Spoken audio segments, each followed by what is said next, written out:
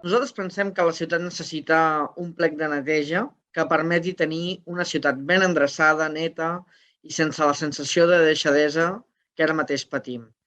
El nou contracte, al nostre parer, no garanteix els mínims que la ciutadania mereix i per això no podem votar-lo a favor. L'empresa va rescindir el contracte i l'equip de govern no va saber maniobrar a temps ni va tenir preparada, o sorpresa, una nova licitació que fos ambiciosa i a l'alçada del que necessita aquesta ciutat. Calia un plec llarg i ambiciós i no un contracte pont d'un any amb possibilitat de pròrroga d'un any més.